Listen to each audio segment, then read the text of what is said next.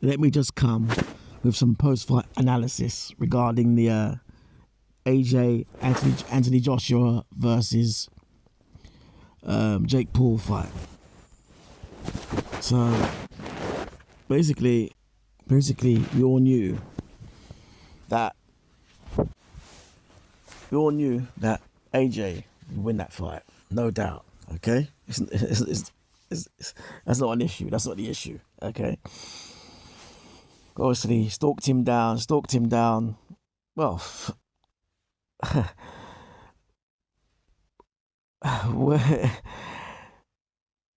this is how I see it.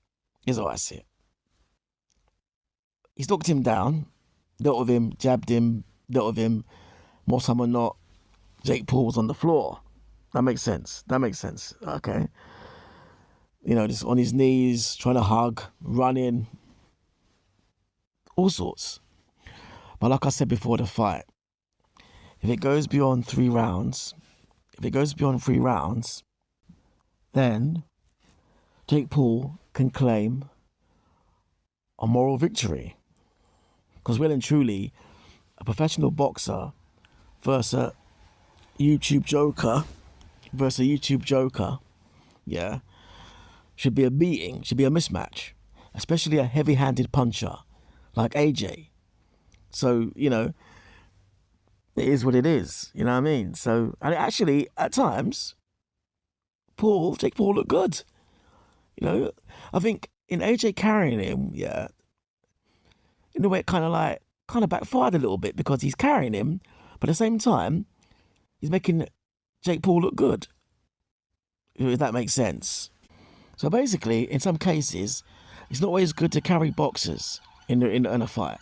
If you're a skilled technician, then yeah, you're always going to look good. If you're a Leonard or a Pernell Whitaker, then yeah, you're going to look good because you can carry a man and, you know what I mean? Yeah, that's fine. In this instance, okay, he carried him, AJ carried him, yeah? And then took him out, fair enough. But in doing so, in flashes, he did make Jake Paul look a bit good.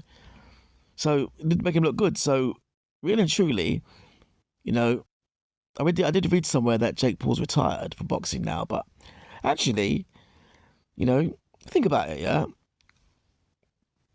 In any other parallel universe, to beat Mike Tyson, quote, because we know he didn't beat him, but, let's just say he beat let's just say to beat Mike Tyson and to go 6 rounds with AJ, yeah, and not be a professional boxer is an achievement, isn't it? You have to give props where props is due. Okay, yes, Tyson carried him and AJ, yeah. But as it stands on paper, he can retire with his head held high, if that makes sense. But as it stands, basically, yeah, technically speaking, if it goes beyond 3, like I said, it's a moral victory for Jake Paul, you know what I mean? And yeah,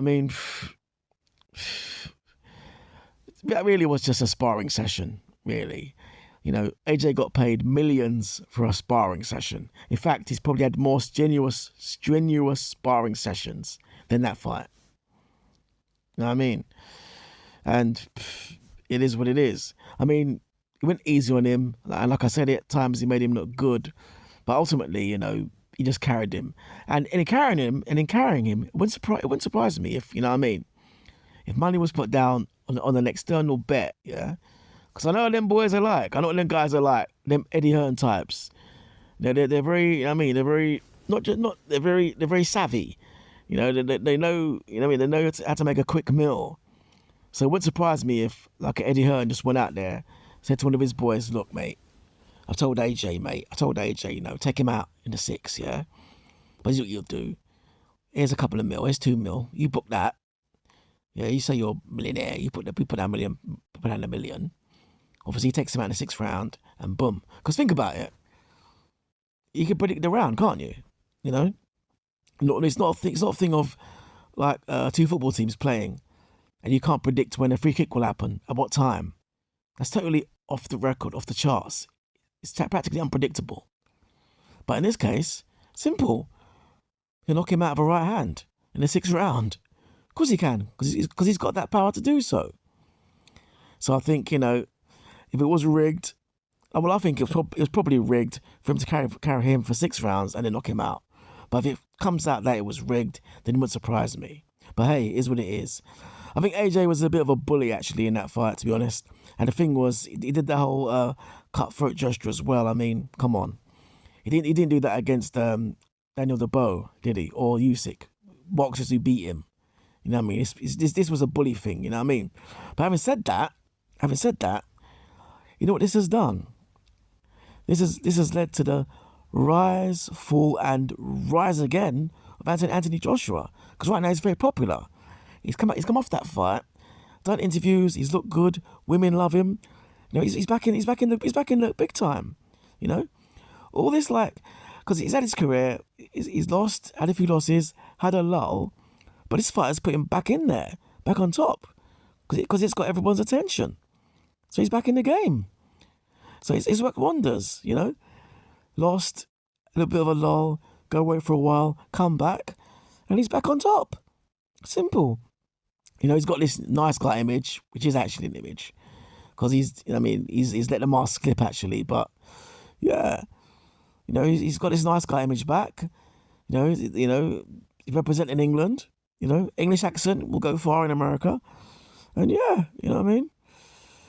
Is what it is. So yeah, let's just say AJ's back, and let's talk about him fighting Fury.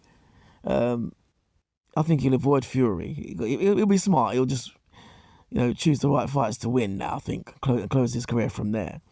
I mean, Fury's called him out, but nah, I can't see that happening. But anyway, yeah. It seems the losses to Dubois and Usyk are forgotten now, and he's back on the rise. All right then, later.